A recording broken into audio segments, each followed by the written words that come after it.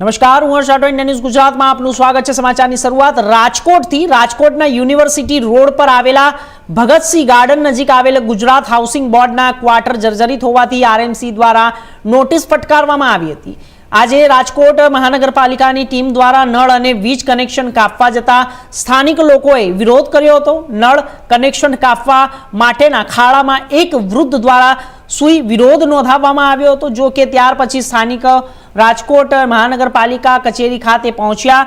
આ તકે વાત કરીએ તો રાજકોટ મહાનગરપાલિકા દ્વારા જર્જરિત આવાસોને નોટિસો ફટકારવામાં આવી છે।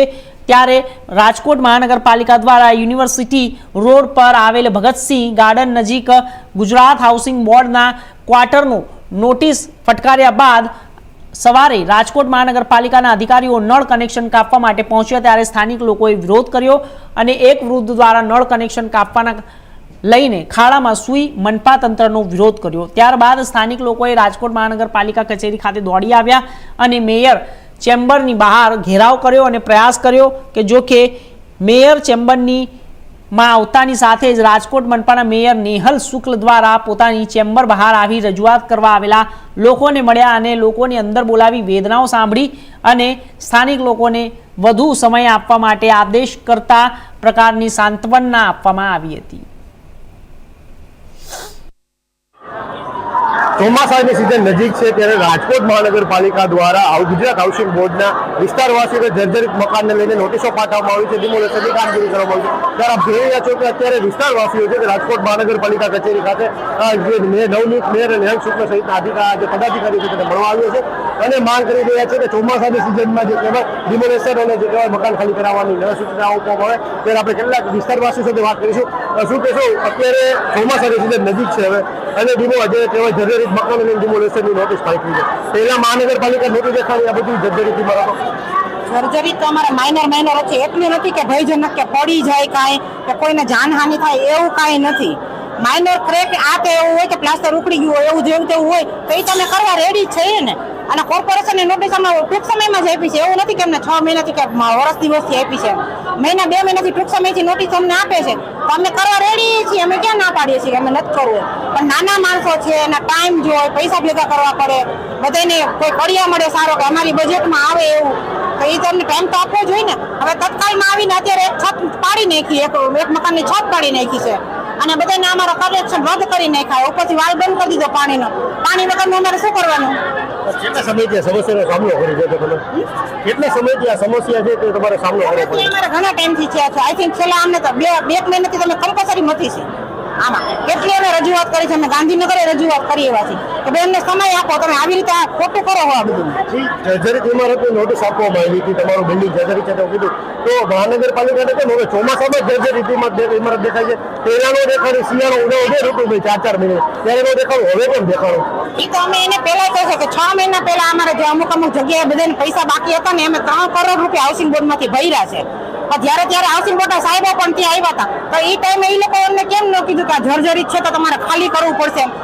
દાગીના વેચીને કોઈ લોન લીધી, લોન લઈ લઈને મકાનના હપ્તા પૂરા કર્યા છે તો હવે એનામાંથી એ દેણા થઈ ગયા ને પ્લસ હવે એમ કે ખાલી કરો મકાન તો માણા પાસેથી તો બધું જાય ને।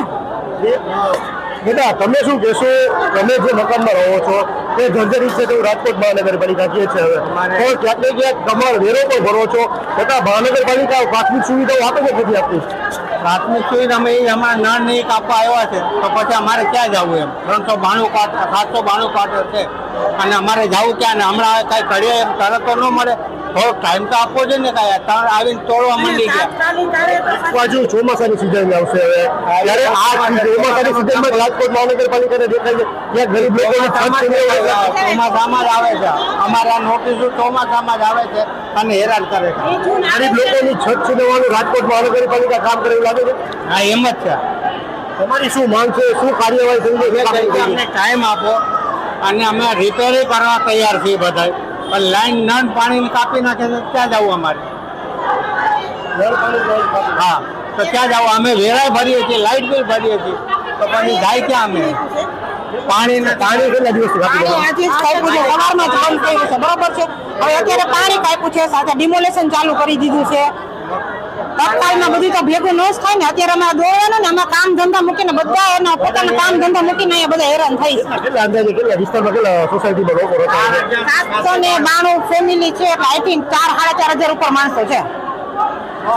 રાજકોટ વોર્ડ નંબર 10 ના ગુજરાત હાઉસિંગ બોર્ડના વિસ્તારના રહેવાસીઓ તેમને સ્પષ્ટપણે ઇન્ટરવ્યુ સાથે વાતચીત કરતા જણાવ્યું છે કે રાજકોટ મહાનગરપાલિકા દ્વારા જે રીતે ગરીબ લોકોની છત છીનવાઈ ચીમનીનું કામ કરી રહ્યું છે, કારણ કે જે ચોમાસાની સિઝન નજીક આવતા જર્જરિત ઇમારતોની જે નોટિસ પાઠવવામાં આવી છે, સાથોસાથ જે ટૂંકી નોટિસ બાદ ડિમોલેશન કામગીરી હાથ ધરવામાં આવી છે, તેથી 4,000થી વધારે પરિવારો છે તે રસ્તા પર ઉતરી આવ્યા. એમ કહેવાય કે છત છીનવાઈ રહી છે, રસ્તા પર ઉતરવાનો વારો આવ્યો છે. ત્યારે હાલ સમગ્ર મામલે વિસ્તારવાસીઓ છે રાજકોટ મહાનગરપાલિકાના મેયરને દરવાજો ખખડાવ્યો છે અને ન્યાયની માંગ કરી છે. હવે જોવું રહ્યું કે રાજકોટ મહાનગરપાલિકા આ સત્તાધીશો અને પદાધિકારીઓ આ ગરીબ લોકોની વહારે આવી ત્યારે આ લોકોનું સમસ્યા નિવારણ કરે છે. રાજકોટ.